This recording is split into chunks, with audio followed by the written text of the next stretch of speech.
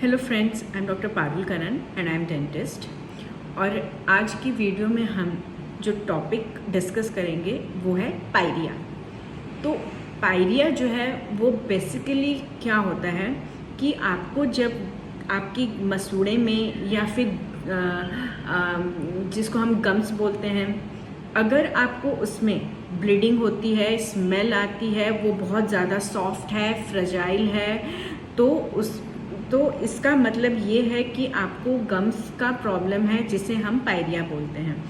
तो ये जो पायरिया है वो किसी किसी में लोकलाइज्ड होता है, किसी किसी में जनरलाइज्ड होता है। तो लोकलाइज्ड में क्या होता है कि आपको सिर्फ 5 से 6 दांत में या 4 दांत में ही आपको इशू है। लाइक वहाँ पे आपकी गम्स काफ़ी सॉफ्ट हैं और काफ़ी वहाँ से पस निकल रहा है, तो ये आपको लोकलाइज्ड होता है। जैसे कि मैंने आपको पहले वीडियो में बताया है कि हेल्दी गम्स क्या होता है और हेल्दी गम्स का शेप कैसा होता है। It should be V. और अगर आपका वो गम्स हेल्दी नहीं है, इन्फ्लेम्ड है, तो इन डैट केस आपका जो गम्स है वो हो जाता है यू शेप का। उसमें आपको स्पेस भी होएगा, आपका खाना वहाँ पे स्टक होगा, तो ये सब आपको इश्यूज रहती हैं। तो लोकलाइज्ड, अगर सपोज आपको लोकलाइज्ड प्रॉब्लम है, देन उसका जो ट्रीटमेंट है उसमें हम लोग क्या करते हैं कि फर्स्ट वी गिव मेडिसिन। अगर मेडिसिन से पेशेंट को नहीं रूल आउट होता है उनका डिजीज़, तो फिर हम उसमें माइनर सर्जरी करते हैं कि आपका जो गम्स है उसको जस्ट थोड़ा सा ओपन करके और हम डीप क्लीनिंग करते हैं। बिकॉज नॉर्मल क्लीनिंग जो रहता है वो हम दांत के ऊपर में या फिर हम थोड़ा सा से अबाउट 2 to 3 mm अंदर जाते हैं, बट इन डैट केस हम थोड़ा फ्लैप को ओपन करते हैं। आपके जो गम्स हैं उसको थोड़ा ओपन करेंगे एंड देन फिर वी डू डीप क्लीनिंग। तो इससे फिर उसके बाद हम लोग उसको क्लोज करके and we give few medicines. तो आप उस लोकलाइज्ड अगर आपको प्रॉब्लम है तो उसको हम रूल आउट करते हैं और आपका वो सॉल्व हो जाता है। एंड यस, अगर आपका वो इशू जनरलाइज्ड है, बहुत ज़्यादा इशू है आपका दांत, अगर सपोज़ आपने ये सब जो ट्रीटमेंट होते हैं, जो गम सर्जरी होता है, अगर आपने वो सब भी करवा लिया है and still it's not working it out, तो इन डैट केस क्या कर सकते हैं कि आपके जो दांत हैं उसमें यही इशू होगा। क्योंकि गम्स में पायरिया में क्या होता है कि if you can see this, तो इसमें क्या होता है ना कि ये आपका टूथ है एंड ये आपका बोन है, इसके बीच में एक थिन लिगामेंट होता है, इलास्टिक जैसा होता है, वो थिन लिगामेंट होता है। तो इसमें प्रॉब्लम होती है, इसका इन्फ्लेमेशन होता है।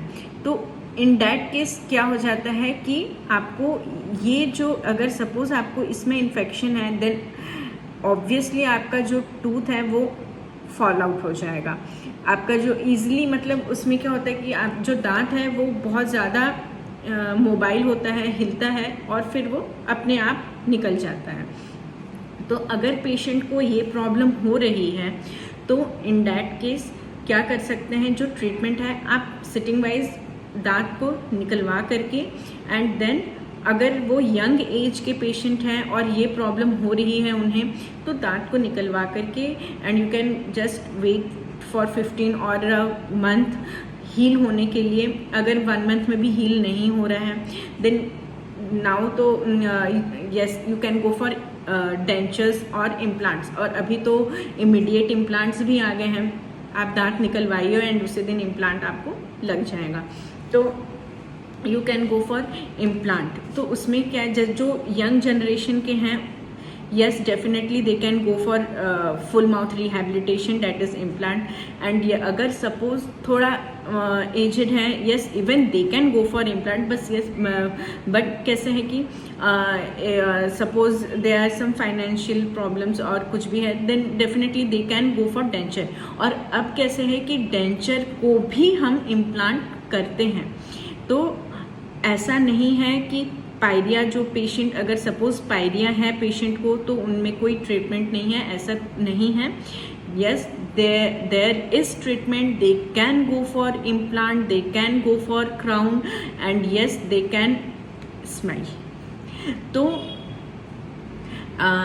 आपको इसका भी ट्रीटमेंट है. यस, अगर सपोज आपको लोकलाइज्ड है then yes you can do massage, oil pulling आप कर सकते हैं, एंड देन आप उसका रिज़ल्ट देख सकते हैं कि आपको वो रिज़ल्ट इफ़ेक्टिव हो रहा है. यस, एंड सपोज आपको जनरलाइज्ड में अगर आप मसाज कर रहे हैं या फिर ऑयल पुलिंग कर रहे हैं देन उसका जो रिज़ल्ट है वो स्लो होता है. Yes, but in that case अगर सपोज आपका दांत बहुत ज़्यादा हिल रहा है then it won't help it out. आपको मसाज नहीं हेल्प करेगा. In that case you have to take proper treatment. And अगर सपोज आपका दांत बहुत ज़्यादा ही मुँह से स्मेल आ रही है, that means you have to take treatment. Okay, thank you. अगर आपको मेरा वीडियो पसंद आया then thank you, and please let me know in my comment section. Please subscribe, please like and share.